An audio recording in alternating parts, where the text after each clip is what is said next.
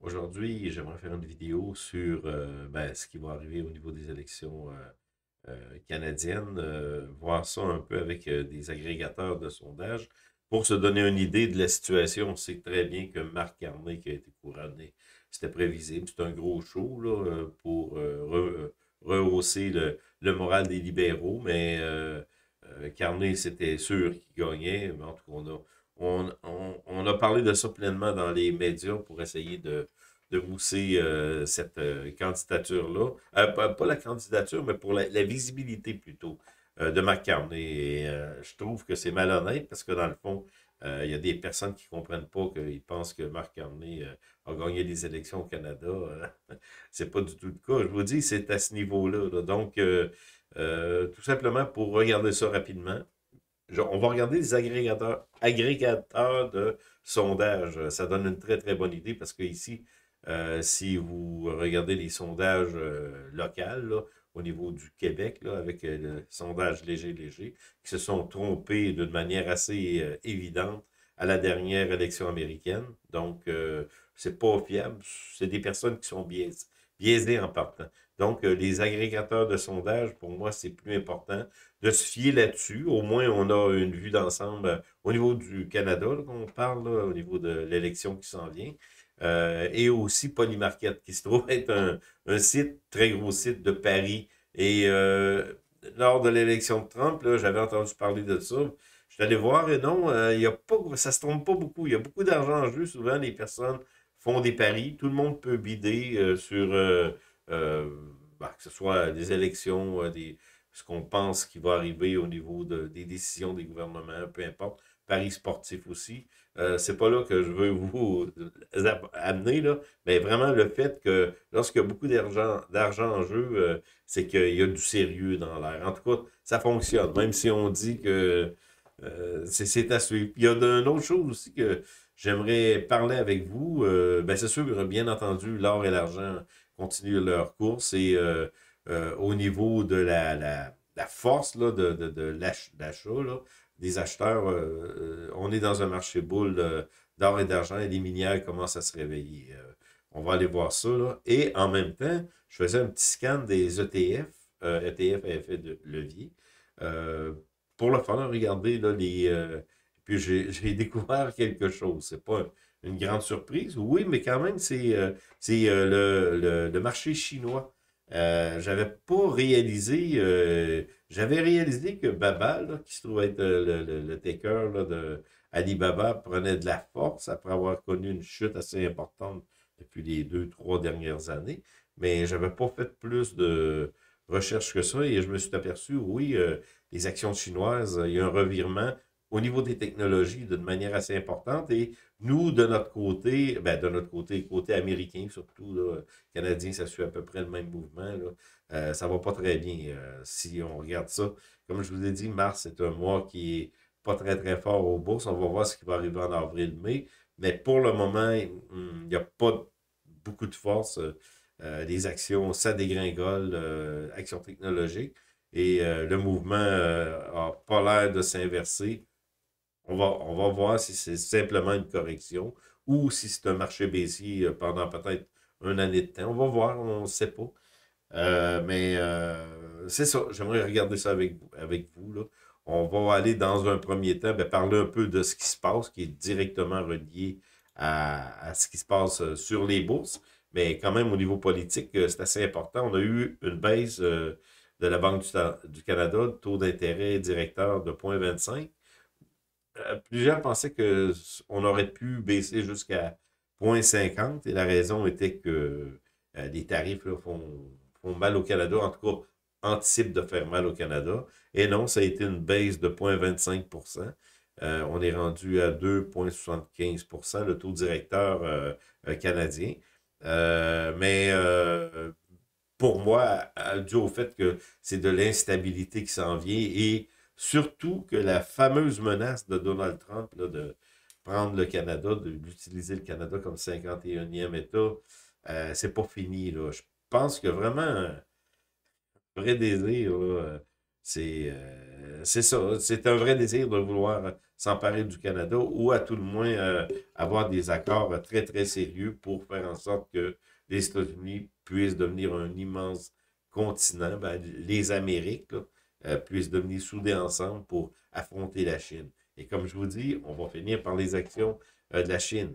En Chine, il ne faut pas penser que c'est en train de tomber. On a eu une dégringolade depuis un an et demi. Et je vais aller voir, preuve à l'appui, là, c'est pas de la spéculation. Preuve à l'appui, au niveau technique, qu'est-ce qui se passe? Et il se passe quelque chose au niveau des actions chinoises, ben, des indices là, chinois. Là, j'ai été surpris. Je n'avais jamais pris vraiment du temps pour ça. J'avais remarqué que Baba est en train de. Baba, qui se trouve être le sigle d'Alibaba, est en train de changer de direction. Mais là, non, il y a quelque chose qui se passe là. Et prochainement, ben, là, il y a la vague de l'or. Là, c'est sûr que les minières, là. Puis c'est pas n'importe quelle minière non plus. Moi, ce que j'ai acheté, c'est des minières où on a un potentiel. On peut le voir avec Barchart, là, lorsqu'on a ce que je vous avais déjà montré, là, de la force là, qui s'en vient. Là, on peut le voir, là, c'est l'opinion Barchart. Là. Donc, avec les graphiques, bien entendu, c'est ça. La montée va être là, mais on va voir ça tout à l'heure. Donc, pour vous dire que la Banque du Canada a baissé son taux de directeur de 0,25. Là, je pense, en tout cas, on parle que d'ici septembre, octobre, on pourrait avoir des baisses assez importantes parce que justement, on voit la précarité du Canada et des États-Unis à cause de la guerre commerciale. Ça va être à suivre.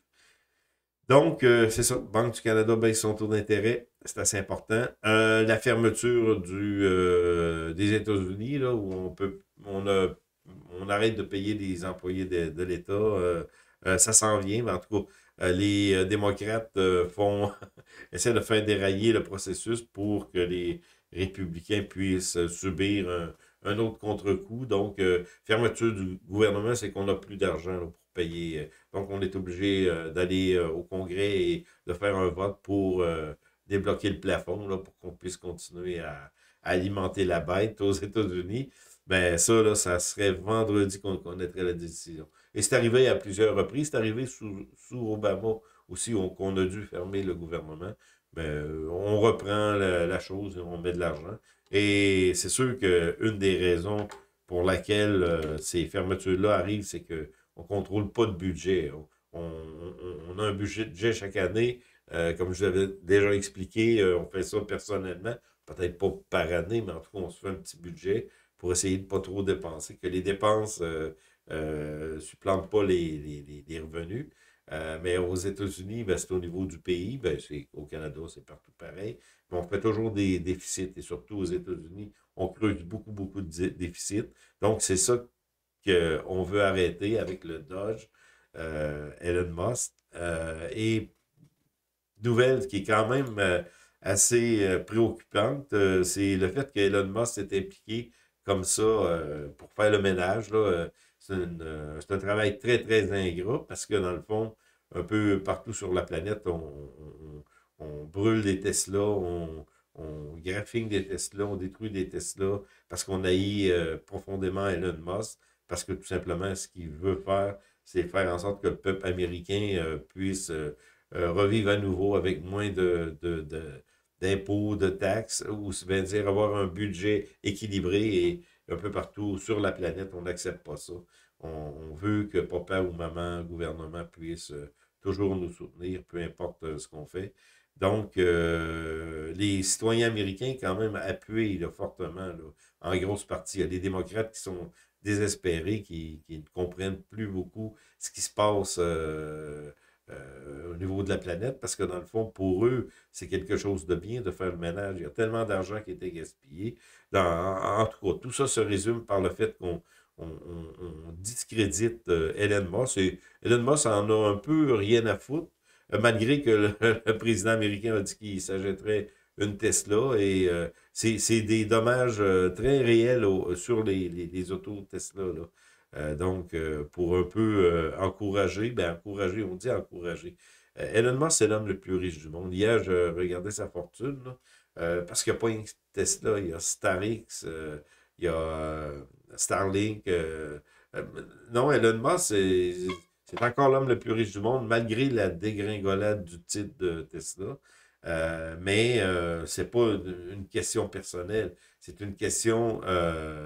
ce gars-là, tout simplement, ce qu'il veut, c'est faire le ménage pour que les États-Unis puissent continuer, parce que les États-Unis, comme les autres pays, pourraient faire faillite. Il prend la même voie que Milei, Javier Milei, qui a été élu en Argentine, qui a été critiqué, et qui est devenu, en fin de compte, le porte-étendard de cette philosophie-là, de dégraisser les gouvernements. Et si vous regardez la bourse Berval, je pense, euh, en Argentine, la bourse a explosé parce que dans le fond, oui, ça l'a fait mal sur le coup, mais ensuite de ça, on est reparti. Et c'est ça qu'on veut faire aux États-Unis. Même si là, on voit qu'il y a de la précarité sur les indices. On va aller voir ça via les ETF. C'est là un peu que j'ai vu que la Chine, oh, il y avait du potentiel là, au niveau des technologies, au niveau ben, de l'IA technologie, même si ici, ça commence à cracher, là, pas mal les titres d'IA, là-bas, c'est pas ce qui arrive. Donc, on ira voir ça à la fin. Donc, OK, ben Mark Carney, il va être élu vendredi, officiellement. Je pense qu'il il est devenu, mais il va devenir premier ministre vendredi. En tout cas, quelque chose de même. Il prête serment vendredi, c'est ça. Mark Carney prêtera serment en tant que premier ministre vendredi. Donc, au moins une consolation là-dedans. Justin Trudeau, c'est fini pour nous. Le cauchemar est fini. Je vous dis pas que Mike Carney va gagner les élections. C'est un peu triste. Moi, j'aurais aimé ça que Poliev gagne, mais on va aller voir sur ben, des deux agrégateurs de sondage. Parce que lorsqu'on, comme je vous ai dit tout à l'heure, ça dépend des sondages. Des sondages locaux, ça vaut rien. Léger, là, c'est biaisé raide. Fait que, il choisit un peu ces personnes qu'il veut sonder, puis il fait des sondages qui sont pas bons. Excusez, là. Dans le temps, peut-être les sondages légers avaient de la valeur, mais pour moi, aujourd'hui, c'est biaisé. Donc, OK, on va... ben, je vais mettre mon écran plus gros, puis on va regarder ça plus en détail. Donc, ça se trouve être sur Polymarket. Polymarket, ça se trouve être tout simplement un site de paris à tous les niveaux. Là, on va. Puis ça fonctionne bien. Là. C'est pas simplement des paris là, qui sont en l'air comme ça. Souvent, il y a beaucoup d'argent impliqué. On peut le voir ici. Est-ce qu'on le voit? Le montant, je ne sais pas si on voit le montant, mais en tout cas, pour vous dire, au niveau des paris, là, on s'en va là. Pierre Poliev est en descente. On sait très très bien depuis qu'on a annoncé. Ben, ici, là, ça allait bien pour Poliev. Et là, on descend. Ben, Justin Trudeau, Freeland, c'est fini. Là. Et ben, il y a 11 millions de dollars de paris en ce moment. Là. Au niveau du président des États-Unis, c'est rendu à 11 millions. Ouais, c'est ça. Au niveau du président des États-Unis, je pense que c'était rendu à une couple de milliards. Là. Il y a beaucoup, beaucoup d'argent en jeu. Donc, ça fonctionne. En tout cas, ça nous donne des personnes qui mettent de l'argent. On peut le faire, n'importe qui peut le faire. Là. Si vous pariez 10 vous pouvez avoir 15 là. C'est le oui, non, non, c'est bid, ask. Même chose qu'à la bourse. Donc, en tout cas, pour vous donner une idée, Poliev, on va dire en chute libre, oui, malheureusement, là, au niveau de la popularité depuis que Carnet est là. C'est ça, c'est depuis que Carnet est là. Là. Donc, Carnet prend du galon, c'est sûr, avec tous les médias qui moussent la candidature, ben la candidature, qui ont, on voit beaucoup, beaucoup Carnet partout, et on dit qu'il va nous sauver des Américains. Et moi, je vous dis, Trump est de plus en plus sérieux au niveau du 51e État, et peu importe ce qu'on va faire, Carnet, lui, il se place en défenseur qui va faire en sorte que Trump ne réussira pas à nous écraser. On va s'en sortir, on va imprimer de l'argent à la tonne et on va devenir encore plus fort. C'est des vœux pieux parce que la réalité, c'est que les États-Unis, c'est 11 fois plus gros que nous autres en école. 11 fois plus gros que nous, mais je pense que l'économie même, c'est vraiment plus puissant que ça. Chaque État aux États-Unis, là, c'est un pays, là, c'est l'économie d'un pays. Donc, le Canada n'est pas de taille. Tu sais, ce qu'on va faire, nous autres, comme... tu sais, je ne veux pas être négatif, mais je veux être réaliste. Ce qu'on va faire comme mesures pour essayer de faire tomber les États-Unis, là, ben, c'est ridicule, là. Eux tomberont pas. Nous, on a bien plus de chances de tomber. Donc, il faut faire de la négociation. Il y a pas d'autre, on n'a pas d'autre solution. C'est sûr que Trump change ses humeurs assez souvent. Mais c'est arrivé ça. C'est arrivé à son premier mandat. C'était surtout avec la Chine, comme je vous avais dit. Donc, non, on regarde les faits tels qu'ils sont. Euh, Poliev, en ce moment, ça se trouve être sur Polymarket. On va aller voir maintenant sur c'est le site 338 Canada, qui est aussi un agrégateur de sondage. Ouais, ça a dégringolé là, au niveau des conservateurs. On est 156 conservateurs, si ce serait aujourd'hui l'élection, contre 143 libéraux. Même la semaine dernière, c'était 128 à 170. Là, ça dégringole. Là. C'est un peu, en tout cas, à mon point de vue, c'est un peu triste. Mais les libéraux sont en train de prendre du galon. Et même là, ici, on dit, les libéraux au Québec, bien entendu, nous, Québécois, on a besoin de papa et de maman. Donc, on monte dans les libéraux, surtout les vieux, je suis catégorisé comme un vieux, j'ai 66 ans. Donc, moi, je parle les vieux, les vrais vieux, qui peuvent avoir 30 ans, mais qui ont une mentalité de 80 ans. Moi, c'est le contraire. Je suis quelqu'un qui est au fait de toutes les technologies, de la nouveauté. J'aime apprendre. Ça finira jamais. Là. Donc, je parle vraiment des vieux, mentalité vieux. Là. Et puis, les bébés boomers, mentalité bébé boomer, même si ils ne sont pas caractérisés comme étant des bébés boomers à cause de leur année de naissance. Mais les vieux peureux, là, eux disent encore que les libéraux, c'est la meilleure solution pour contrer les effets de Trump. Donc, mais on haït tellement Trump ici au Québec, dans le fond, c'est ça. Libéraux peuvent, même ben, le Bloc, j'ai pas grande affinité avec le Bloc, mais en tout cas, c'est les libéraux. Au niveau du site 338 Canada, Fédéral Projet. Donc, on aurait 28 blocs, 156 conservateurs. On gagne encore, mais ça fesse. Minoritaire. Ça se trouve être 300. On va aller voir Québec 125. Au niveau de le plus grand nombre de sièges, c'est encore, ben, eux autres disent c'est encore conservateur. 33, ça c'est-tu pour le Québec? Non, c'est encore la même chose. Bon, c'est la même chose. C'est ça. C'est 156, 143, 28. Au niveau du Québec, 9 mars, c'est pas à jour, mais en tout cas, on se trouve à avoir, oui, les libéraux, au niveau du Québec, ben oui, les libéraux, le Bloc, conservateur 24, Bloc 29, libéraux 32, ça donnerait 36 libéraux, bien entendu, libéraux 28 Bloc, puis 13 conservateurs. On parle au Québec ici. C'est sûr que dans l'Ouest, c'est pas la même chose. L'Alberta, par exemple, vous avez, on va aller voir ça comme ça. L'Alberta, 58 donc c'est 35 conservateurs, un NPD, un libéraux et Parti populaire, ben, c'est Maxime Bernier.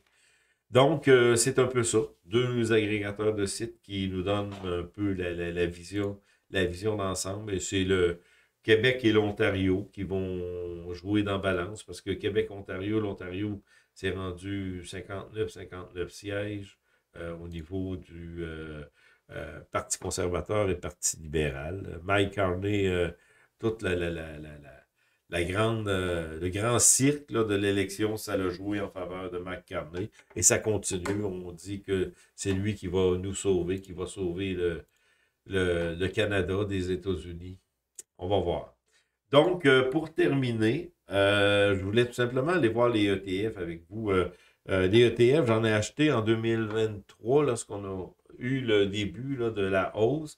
J'avais acheté des ETF qui, trois fois, du deux fois puis de trois fois. C'est des effets leviers qui nous donnent... c'est ça. Quand ça va bien, ça va bien. Quand ça va mal, ça va mal. Il faut sortir. Et puis, il y a des ETF aussi, moins trois fois, moins deux fois. Donc, c'est le contraire. Il monte si on est dans un marché. Ben, il y a ça aussi qu'on peut jouer, mais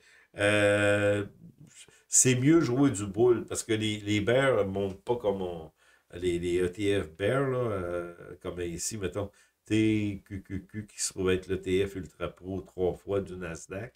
Lui, il monte bien lorsque le marché monte bien, mais on a SQQQ qui se trouve être le 3 fois, je ne sais pas si je peux aller le voir rapidement, lui ici, là. C'est pas la même game parce qu'il ne monte pas comme l'autre, là. Donc, tout simplement, c'était pour vous montrer ça, mais on va regarder là, quels sont les ETF là, les plus susceptibles de nous donner du rendement. Moi, ce que je fais, comme je vous avais dit, ça se trouve être opinion bar chart, là. Donc, en ce moment, ça ne va pas bien pour les États-Unis. Ça, c'est le ETF Ultra Pro, Nasdaq. Semi-conducteur, ça ne va pas bien. Tesla, ça ne va pas bien. Ça a dégringolé. Le Standard Poor's Bull 3 fois, ça a dégringolé. Donc, ben, on peut les regarder rapidement, là. Puis on va terminer avec ce que j'ai vu, là. En ce moment, c'est les métaux précieux et c'est la Chine. On a beau dire ce qu'on veut, c'est ce qui se passe. Bon. Là, on se trouve à avoir le ETF du Nasdaq 3 fois. Regardez, c'est ce qu'on vient de connaître comme des bandades. Et si on achète un ETF, comme j'en avais acheté ici, là, lorsque j'ai vu la remontée, puis j'ai vendu à peu près ici, dans ces coins-là. Puis là, je suis tombé en action, là. Donc, ça, c'est le long terme, ça. Ou on peut le laisser comme ça, dans le fond. Ça nous donne peut-être une meilleure vue d'ensemble. Je le mets le long terme, là, par mois, là. Fait que ETF au niveau du Nasdaq, là, 3 fois, là, on vient d'avoir une cassure ici, mon canal est là, une cassure assez importante. Et là, ce que ça dégringole, ça dégringole. Mes oscillateurs, mon Mac, on vient de tomber en territoire négatif. Le RSI, on est à la veille de tomber en territoire négatif. Au niveau des volumes d'accumulation de distribution, on s'en va à la baisse. On va y aller rapidement. Lui, j'en avais acheté aussi. Là. Lui, il monte bien. Quand il monte bien, il faut être vraiment du bon côté parce que quand ça dégringole, ça dégringole. Donc, ça se trouve être l'ETF des semi-conducteurs 3 fois. Je fais levier 3 fois. Tesla, je peux en parler parce que j'en avais acheté en novembre, octobre, novembre, septembre, octobre, ici. J'ai payé 13 c'était retombé à 11 dollars. J'ai dit, je garde parce qu'il y avait beaucoup, beaucoup de volume. Et j'ai eu une montée assez fabuleuse jusqu'au mois de décembre. J'en ai vendu presque sur le pic, une partie, pas toute. Et puis j'en avais vendu ici à peu près, là. Donc, oui, j'ai fait un super de bon profit. Mais lorsque ça dégringole, je suis sorti complètement là. Et regardez comment ça dégringole raide, là. Donc, pour l'instant, Tesla, va falloir qu'il se refasse une consolidation avant de penser à réembarquer dans Tesla. Autant, par exemple, si on voit au niveau hebdomadaire, c'est la même chose, là. Je pense que ça ne remontera pas comme ça, là. En tout cas, on a eu une bonne bande dégringolade. Donc, on oublie Tesla pour un bout. Ben, à cause de ce qui se passe aussi, il y a toujours l'effet de peur. Ben, je peux le laisser, Hebdo. Bon, OK. Comme ça, Tesla, Nvidia, le Standard Poor's. Ça, c'est le Standard Poor's. On a une cassure, là. Est-ce que c'est qu'une cassure de mars et après on va reprendre? On va voir, mais en tout cas, il ne faut pas être dans le marché pour l'instant. Là, ce qu'on va faire, l'exercice, puis on va terminer par ça. Je m'en viens, toutes mes ETF, x2, x3, je n'ai pas pris les x1, là, les ETF directs, là, c'est toujours avec un effet levier. On va aller, comme je vous dis, je prends moyen terme. Je regarde moyen terme 100%, tout simplement, sans anticiper rien. Là, je regarde les indices tels qu'ils sont et c'est à ma grande surprise, je vais vous montrer ce que j'ai constaté, là. Là, c'est sûr que lui, le ETF, il est long, là. On pourrait le mettre sur l'hebdo. Ça se trouve être l'ETF, OK, attendez une minute, comme ça, chinois. Pas lui, lui ici. Et on a eu un changement de direction. Là, c'est peut-être moins évident celui-là, là. Moi, j'attendrai, là. C'est pour ça que j'attends. Je ne suis pas pressé. parce que dans le fond, je suis dans les minières d'or et je vais vous montrer aussi pourquoi que l'or va bien. Donc, on a eu un changement de direction. Peut-être c'est moins évident sur celui-là. Ben, ça se trouve être le FTSE chinois, boule 3 fois direction. Donc, au niveau, pour acheter, il faut aller un petit peu plus pointu. J'attendrai, là, qu'est-ce qui va arriver, là. J'attends mon RSI. Et là, on est en correction dans un marché haussier. Et du moment qu'on a un changement de direction, je ne suis pas pressé, je peux attendre, ça peut prendre 1 mois, 2 mois, mais je vais embarquer peut-être pas nécessairement celui-là, là, mais je vais vous montrer dans quoi ce que je trouvais intéressant. Ça se trouve être le gaz naturel aussi, ça va bien. Ça, c'est Baba, c'est justement Alibaba. Et ça se trouve être un ETF 2 fois. Là, la vague, je l'ai ratée. Donc, on est en consolidation. J'attends. On va voir où est-ce que ça va aller. Parce que dans le fond, regardez le RSI, là, il a donné le punch de volume était là. Donc, ce qu'il faut faire, c'est attendre, jusqu'à ce qu'on ait un revirement, là, parce qu'on est dans un marché aussi, au niveau d'Alibaba. Même si on a le temps qu'à l'heure qui est haut, on n'aura peut-être pas le temps, mais j'essaie de me garder une demi-heure. Ça, c'est gold. L'or, comme vous voyez, l'or, il n'y a pas de problème. On est en marché aussi, là, comme je vous avais dit. Même sur les minières aussi, là, on commence le mouvement. Ça se trouve Internet. Voilà. Ah, c'est ça. C'est parce qu'eux autres, ils ont été long, un plateau long. Mais en tout cas, on a changé de cap, là. On a eu le creux et on continue Gold Leverage 3. Bon, ça, c'est sûr qu'on est en montée. Tout ce qui est gold, tout ce qui est. On monte. Tesla. Là, on revient avec nos pas bons, là. OK, ben il y a aussi celui-là, bien entendu, qui se trouve être Ultra Silver 2 fois. Gold, Silver, on est en montée. On ne sait pas quand ça va se terminer, mais ça monte. Puis on va finir avec ben, ma liste. Si je peux avoir ça rapidement. Ça, c'est les actions chinoises et aussi les indices. Là. J'ai fait une recherche pour essayer de trouver qu'est-ce qui est potentiellement qui serait le plus intéressant. Et ça se trouve être 2 fois China. Ça, j'ai les yeux là-dessus, arrivé là-dessus. Je vois très bien qu'on a eu du mouvement, du volume et on s'en va à la hausse. On va le mettre hebdo. Donc, c'est mes prochains achats, c'est des actions chinoises. Je vais attendre au niveau quotidien là, pour essayer de prendre de pas. Ça, c'est yin, la même chose que je vous avais dit. 3 fois. Ça, c'est 2 fois Internet Bull. Là aussi, on a fait un changement. Ça, c'est sûr que c'est long plateau. Donc, parce qu'il y a aussi des commissions qui sont prises, là, mais c'est peut-être moins évident sur ça. Ça, celui-là, là, je le trouve très bien. Ça se trouve être les technologies au niveau chinois. CQQQ, China Technology Invesco. Et puis lui, je le spot. Regardez le volume qui est rentré là. On est en correction en ce moment. Puis lui, du moment que, regardez ça, au niveau quotidien, on a eu beaucoup de volume, on est en correction.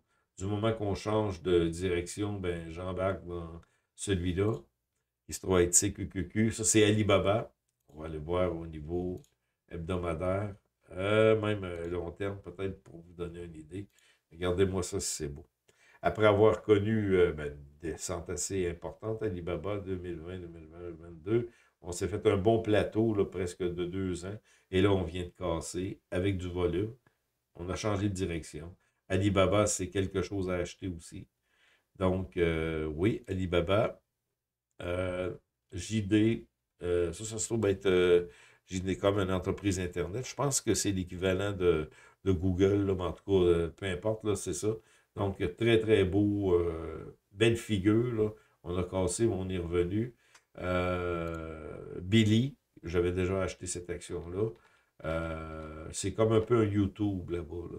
Donc, ça aussi, c'était surveillé. Peut-être y aller plus hebdo. Donc, c'est des actions, je ne vous dis pas de les acheter tout de suite, là, du tout. Je dis rien qu'on donnait un mouvement très intéressant avec du volume. Mais ça suit tout, là. Donc, si ça va bien en Chine, je parle au niveau technique, au niveau des actions. sur les principaux vidéos. Ça, c'est le...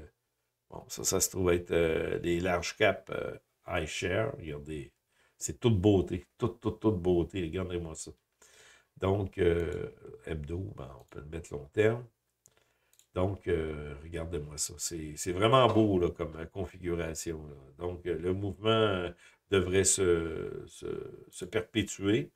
OK, ça c'est un autre harvest, c'est les semences. Rapidement, je veux finir avec Shader, boule de foie. Ça, c'est iShare. Bon, c'est tous des ETF, là. Au lieu d'acheter des actions directes, on peut acheter des ETF. Ben, on va terminer avec ça. Excusez, ça prend un peu de temps, mais je voulais vous montrer que le marché de la Chine, là, je pense que 2025, ben, l'or et l'argent, bien entendu, là, on le voit clairement, mais la Chine aussi. Donc, je m'en viens ici. Je les ai rajoutés j'espère de trouver ça immédiatement. Ça, c'est pas ça. Bon, ça se trouve être le Hang Seng Index. Regardez le beau revirement qu'on a eu. C'est toute beauté. Donc, c'est l'indice principal là, de Chine. On a celui-là. On a... ça, c'est Hang Seng. On a Hang Seng... Hang Seng, les entreprises. Un revirement ici. Beau revirement. C'est sûr que c'est les indices. On ne voit pas le volume. C'est un beau revirement. Donc, et là, on va terminer avec ces deux-là. Ben, les actions classe A. On avait eu un gros boom ici. Parce que dans le fond, tout ça, là, c'est la politique chinoise où on a injecté beaucoup d'argent. Xi Jinping veut repartir ça. Et ici, il y a le taux d'intérêt aussi qui ont baissé. Et il y a le marché intérieur. On compte beaucoup sur le marché intérieur pour donc les Chinois, que la classe moyenne continue à s'enrichir. Donc, on fait des mesures, on ne s'occupe pas trop de la dette, on injecte de l'argent et on veut que ça reparte pour la consommation intérieure, en gros. Donc, c'est ça. Et le dernier, c'est classe C, c'est la même chose. Là. On a eu ça, ce boom-là, on revient ici. Donc, du moment que ça continue la course, ça promet. Donc, c'est ça que je voulais vous montrer au niveau de la Chine. Comme je vous dis, au niveau or et argent, en ce moment, c'est indéniable. Là, on est dans un bull market. Au niveau des minières, on commence à le ressentir, ceux que j'ai achetés. On voit que ça commence à partir. Là. Comme je vous dis, c'est pas moi qui décide, c'est le marché, mais on avait dit que mars-avril étaient des temps propices à des montées. Là, ben là, on vit ça en ce moment. Donc, c'est ça. Et moi, ce que je surveille, pour ce qui arrive au niveau politique, Canada, États-Unis, là, on va voir, là, avec les tarifs, je pense que c'est pas fini. Et puis, le marché américain aussi, il ne faut pas oublier qu'il avait monté, qu'il avait connu vraiment une montée assez impressionnante. On va voir mars, avril, comment que ça va se dérouler. Peut-être qu'on va réavoir un boom, mais ça semble, en tout cas, ça a craché et ça semble avoir une cassure sur le long terme. Donc, peut-être 2025-2025, ça peut faire du surplace pas mal. Mais au niveau de l'or, l'argent, c'est le contraire. Au niveau des minières d'or, tout est à la hausse. Pas n'importe quelle minière, mais certaines minières qu'on choisit. Vous pouvez le faire tout simplement, comme je vous avais montré dans une de mes vidéos. Allez sur Barchak, Investing, et vous cherchez c'est des actions d'or. Vous pouvez y aller via un ETF, ça, il n'y a pas de problème. Mais le marché de la Chine que je viens de découvrir, je n'avais pas comme prétention, là, 2025, ça devrait être vraiment quelque chose de très fort. Donc, on se revoit très bientôt pour de nouvelles vidéos.